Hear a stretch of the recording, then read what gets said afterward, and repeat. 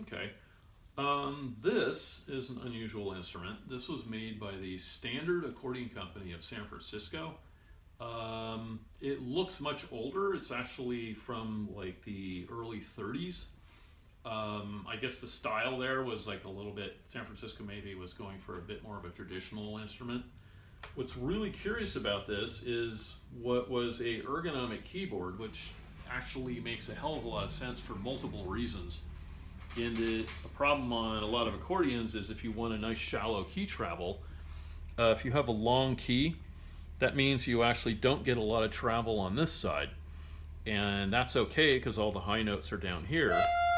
But when you get down here, you'll find that your low notes actually don't get enough air. But having a short key means you get a larger amount of travel on the key arm on the inside.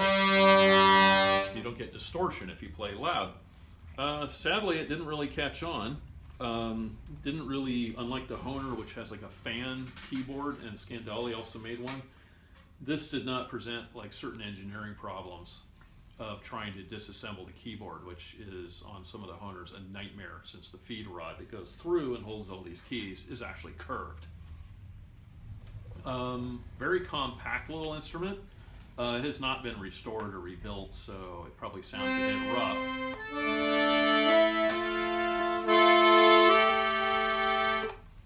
And it's got a shifter, which may or may not work. Doesn't seem to right now.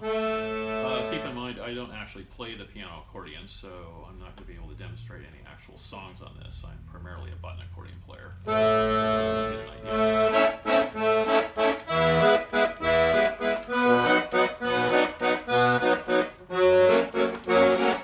Anyway, it sounds quite rough, but they have a different sound, I think, a lot of the older instruments, because the reeds were cut a little differently, so I believe they have, at least in my opinion, a little bit more on overtones.